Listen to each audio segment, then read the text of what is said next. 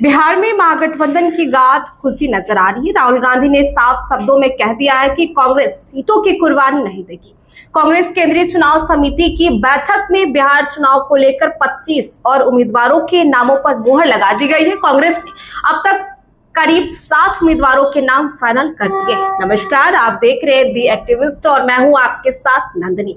बिहार विधानसभा चुनाव में seat sharing का मामला उलझता जा रहा है। एनडीए और महागठबंधन दोनों जगहों पर आम सहमति बनती नहीं दिख रही है। महागठबंधन की गांठ लगातार खुलती दिख रही है। कांग्रेस के तेवर नरम नहीं हो रहे। तो वहीं राहुल गांधी ने साफ शब्दों में यह संदेश लालू प्रसाद यादव तक पहुंचा दिया है कि पार्टी बिहार में अपनी सीटों को लेकर कोई समझौता नहीं करने वाली। मंगलवार को दिल्ली में कांग्रेस केंद्रीय चुनाव समिति की हुई बैठक में इस बात पर आम सहमति बनी है कि पार्टी बिहार में कम से कम 60 सीटों पर लड़ने की तैयारी करे। कांग्रेस की केंद्रीय चुनाव समिति ने अब तक करीब 60 उम्मीदवारों के नामों की सूची पर मुहर लगा दी है। आपको बता दें कि बिहार कांग्रेस अध्यक्ष राजेश राम ने कहा कि सामाजिक समीकरण के अनुसार हमारी जो भी सीटें थी उस पर स्थिति साफ हो गई है।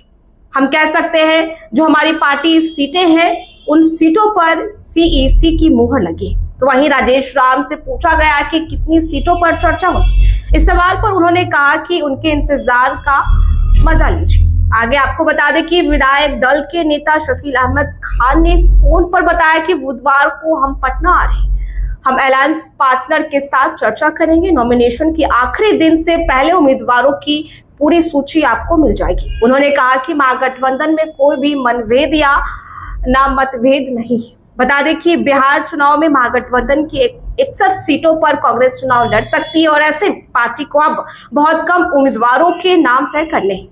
कांग्रेस केंद्रीय चुनाव समिति की बैठक में 6 से 7 सीटों पर खास तौर पर चर्चा हुई।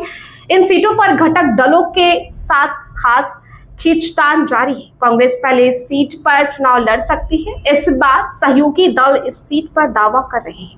अब कांग्रेस इन सीटों पर कोई समझौता करने को तैयार नहीं। कांग्रेस ने इन तमाम सीटों पर उम्मीदवारों के नाम फाइनल कर दिया है। इसके साथ ही करीब 10 सीटें ऐसी हैं जिन्हें चर्चा के बाद कांग्रेस सामने लाएगी। वीडियो में फिलहाल के लिए इतना ही। ऐसे ही तमाम अपडेट्स के लिए बने रहे हमारे साथ। बहुत धन्यवाद।